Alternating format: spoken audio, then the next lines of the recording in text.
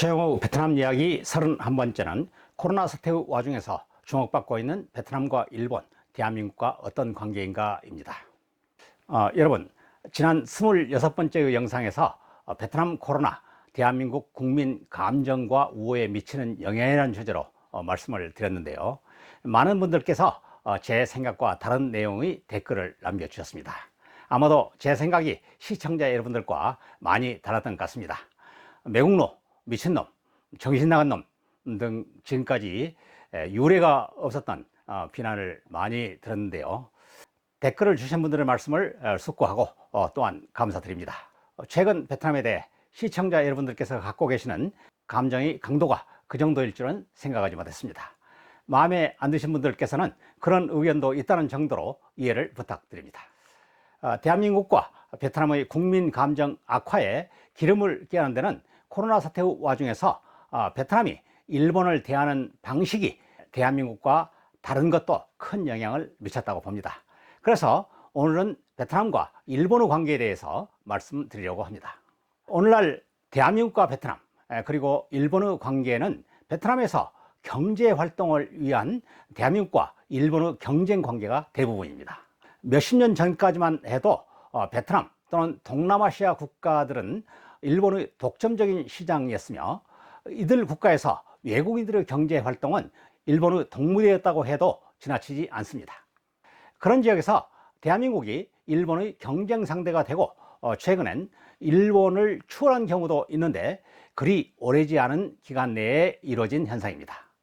동남아시아에서 대한민국과 일본의 경쟁이 본격화된 것은 대략 2000년 전후 시기라고 보면 될 것입니다. 20여 년 전에 불과한 것이죠. 지금으로부터 50여 년 전인 1960년대 후반 한국군을 베트남에 파병했을 때만 해도 대한민국은 일본의 상대가 아니었습니다. 따라서 병력은 한국이 보냈지만 베트남 전쟁을 위한 많은 물자와 장비는 일본이 공급하고 있었습니다.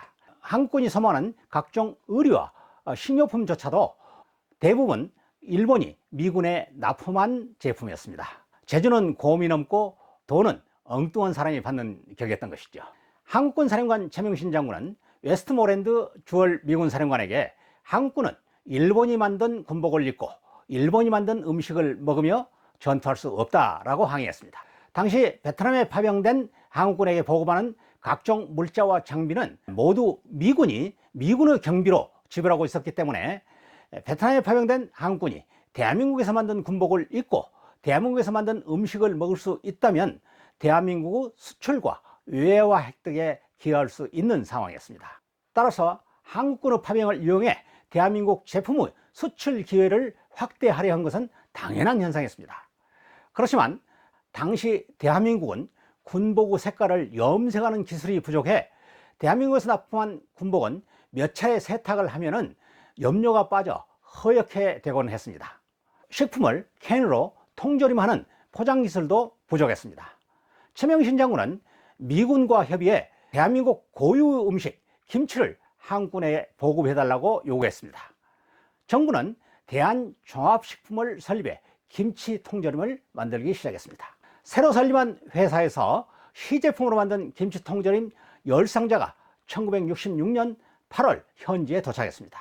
통조림 깡통을 개봉하자 시뻘건 녹물이 나왔습니다. 미군의 납품 검사에 합격하는 데는 시행착오를 거듭하면서 7개월이 더 걸렸습니다. 미군과 정식 납품 계약을 체결하는 것은 1967년 10월 7일이었습니다. 그런 방식으로 베트남 전쟁 당시 일본이 지배하고 있던 베트남의 시장을 대한민국 제품으로 대체 얻은 수출의 효과가 10억 달러 정도에 달하며 베트남 파병 전체로는 50억 달러 정도가 됩니다. 35년간의 일본 식민 지배와 관련된 대일 청구권 자금 8억 달러와 비교가 되지 않습니다.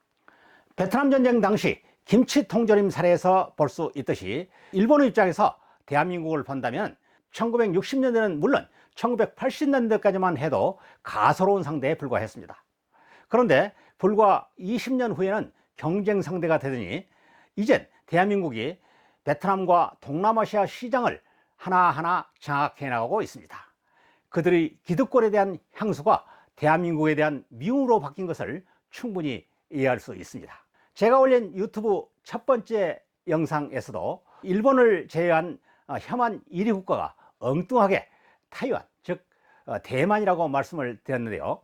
그들의 경우도 대한민국을 경쟁 국가로 생각하기 때문입니다. 과거 그들이 아시아의 4마리 용중 선두 국가로 대한민국보다도 높은 수준이었었는데 대한민국에 추월당한 아쉬움이 혐한 감정으로 바뀌었다고 보고 있습니다. 최근엔 그들이 코로나 사태를 더 잘 대처하고 있다고 생각하는데 정작 세계의 서포트를 받는 것은 대한민국입니다.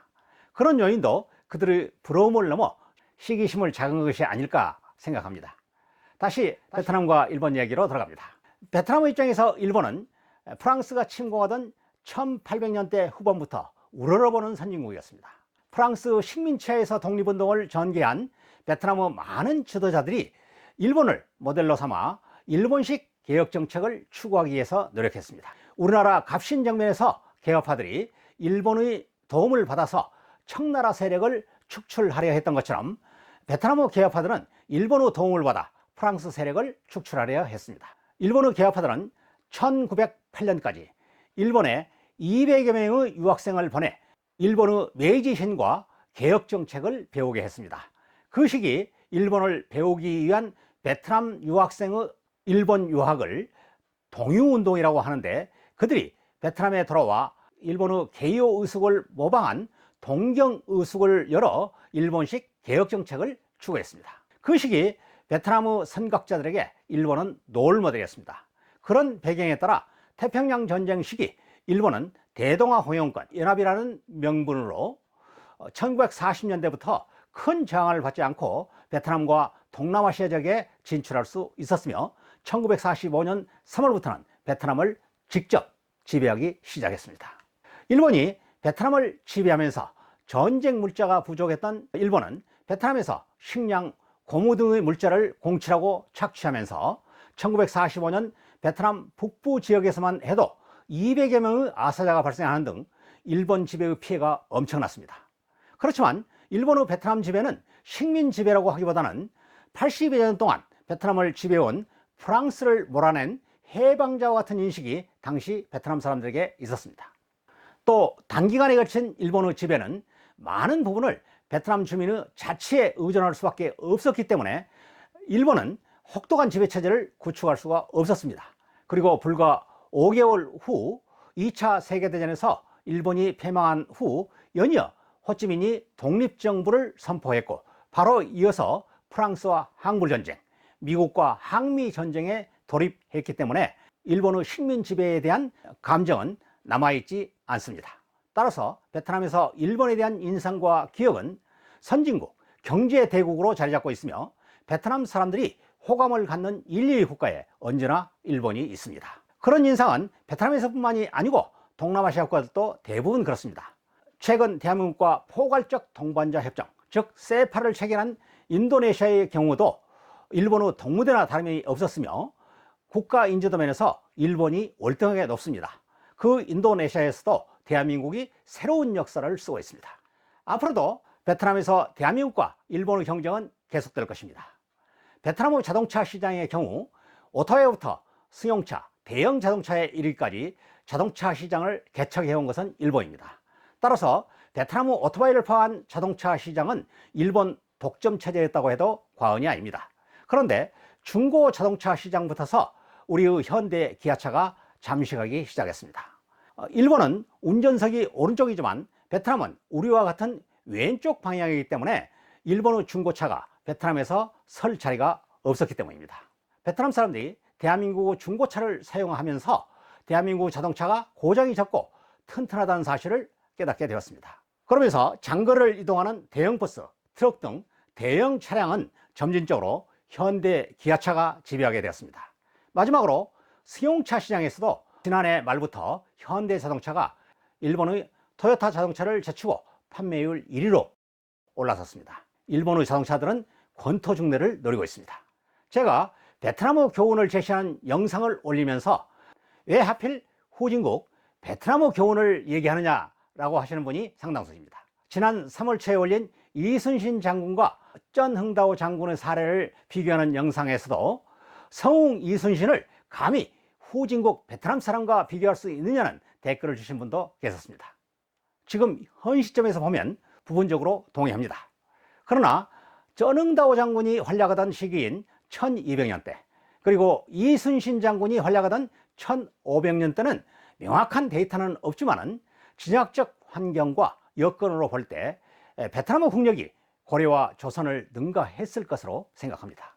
최영호 베트남 이야기 25에서 소개해드린 것처럼 지금부터 333년 전인 1687년 베트남 호이안의 표류에 1년 가까이 머물렀던 제주도민 21명은 당시 베트남의 풍족한 주민 생활을 상세하게 증언하고 있습니다. 대한민국이 베트남의 국력 수준을 능가하게 된 것은 그리 오래지 않습니다. 불과 50여 년 안팎입니다. 대한민국이 일본의 경쟁자가 된 것은 불과 20여 년 안팎입니다. 최근 베트남의 성장 속도는 매년 6 내지 7% 수준입니다. 부존 자원이 많습니다. 인구도 젊습니다. 베트남의 현재 속도로 성장한다고 가정하면 베트남도 머지않아 경제 강국이 될 수 있습니다. 중국의 사례를 보면 이해가 될 것으로 믿습니다. 중국이 IT, 조선, 자동차 등에서 대한민국을 바짝 추격하게 된 것은 불과 10여 년 사이입니다. 대한민국과 일본의 관계도 현재와 같은 상태가 계속된다면 일본은 대한민국 경쟁 상대가 되지 않을 수도 있습니다. 국제관계는 항상 변화하며 요동치고 있습니다. 국익에 따라서 수시로 모습을 바꾸고 진화해 나갑니다. 국제관계의 맥락을 잘 이해하면서 끊임없는 대책을 강구해야 할 이유가 여기에 있다고 생각합니다. 여러분의 생각은 어떠신지요? 다음 시간은 베트남과 조선의 국권 비탈에 대해서 말씀드리겠습니다. 여러분, 다음 영상에서 만나요.